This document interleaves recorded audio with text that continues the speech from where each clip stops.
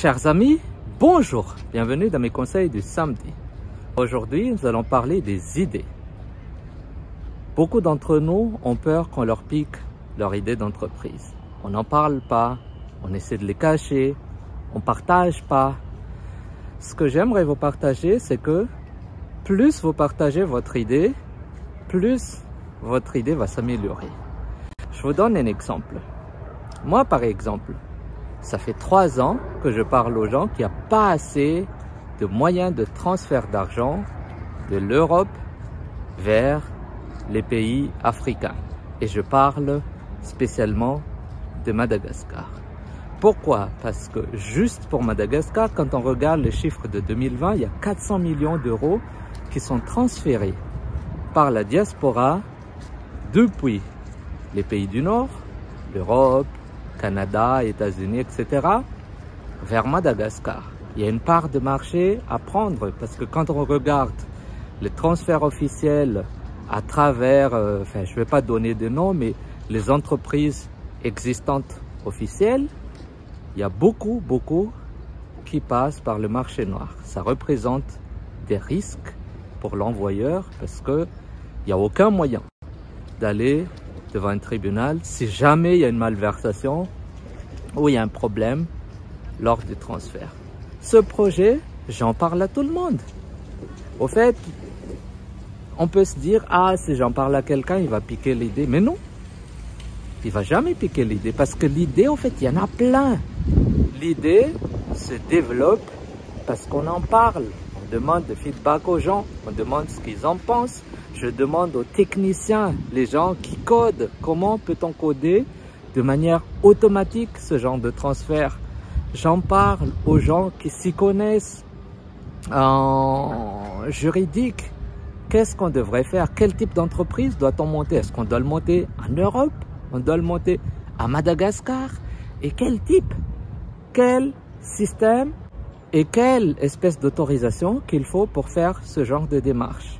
Jusqu'au point où, quand je parle avec des gens, il y a des gens qui m'appellent parce qu'ils ont identifié un spécialiste sur tel point juridique, sur le côté technique, des investisseurs qui veulent investir dans tout ce qui est remittance. Et on m'a même appelé Monsieur Remittance. Et cet exemple n'est pas isolé. J'ai un ami qui a, il y a quelques années de cela, malheureusement, il n'a pas monté l'entreprise, qui voulait lancer un taxi-moto, un réseau de taxi-moto à Madagascar. Il en parlait à tout le monde, en Europe, à Madagascar, à Maurice même, là où on s'est connus. L'entreprise n'a pas eu lieu, mais il a eu beaucoup de feedback, de soutien, de conseils.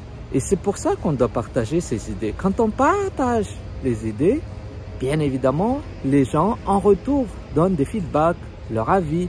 Mais il ne faut pas avoir peur que quelqu'un pique le projet. Parce que quand vous en parlez, les bruits courent. On sait que c'est votre projet. Donc quand c'est votre projet, ça va vous coller à la peau. Et les gens ne vont pas s'aventurer. Bien évidemment, ils vont peut-être chercher un moyen à faire partie de l'aventure. Pourquoi pas? Ça peut être des investisseurs, ça peut être des associés techniques, ça peut être des associés qui vont amener ou apporter des apports en termes juridiques. Mais voilà, il faut parler du projet. Au fait, nous, depuis qu'on soit petit, à l'école, on n'a pas été habitué à partager. Quand on fait des devoirs, on est là. On a peur que la personne d'à côté copie ce qu'on fait. Mais il n'y a pas de mal à ça. Moi, je n'étais pas très mauvais à l'école, mais j'ai toujours aimé partager. Quand je fais mes devoirs, par exemple, et que les autres ne font pas, je faisais toujours mes devoirs. Et quand j'en fais, je partage toujours, j'explique. Et c'est peut-être le moyen qui a favorisé aussi l'échange. C'est peut-être un des moyens qui a développé aussi mon réseau. Parce que je me rappelle qu'en chaque classe, j'avais toujours des potes. Et ça peut être des filles comme des garçons, mais j'avais toujours des amis. Les gens aiment les gens qui partagent. Et vous ne pouvez pas prétendre être entrepreneur sans avoir des réseaux. Et les réseaux, c'est pas seulement « Ah, je vais me déplacer Je vais développer mon réseau parce que je vais entrer chez tel. Le réseau, c'est la vie quotidienne. Aujourd'hui, quand vous sortez, est-ce que vous parlez avec votre voisin? Est-ce que votre voisin sait ce que vous faites? S'ils ne savent pas, c'est qu'il y a un problème. S'ils savent, c'est que vous développez votre réseau. Le développement du réseau est en permanence. C'est dans la vie quotidienne, quand vous allez au restaurant, quand vous allez boire dans un bar, quand vous partez en vacances, parce que tous ces gens, ce sont des clients potentiels, peu importe ce que vous faites.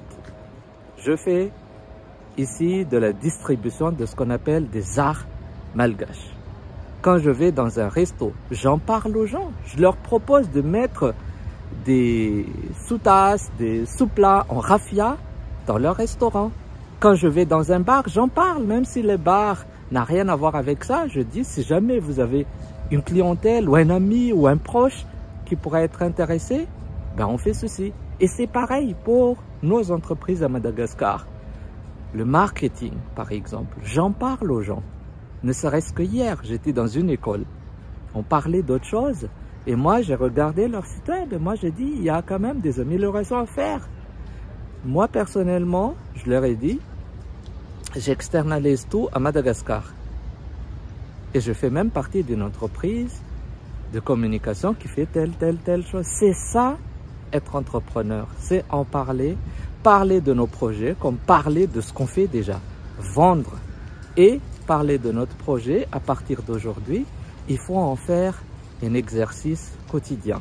Parlez de votre projet pour que vous soyez connu dans le domaine, mais non seulement, mais pour que les gens puissent donner des feedbacks pour améliorer votre projet. Parce que si vous ne faites pas ça et que vous gardez votre projet dans le tiroir, ça va tuer le projet. Le projet ne s'améliore pas. Il ne faut pas avoir peur que les gens piquent votre idée. Ils ne vont pas piquer votre idée. Voilà, c'est pour aujourd'hui. Et premier conseil de l'année 2020. Et encore bonne année. Et que des bonnes choses pour cette année. À très bientôt. Au revoir. Ciao.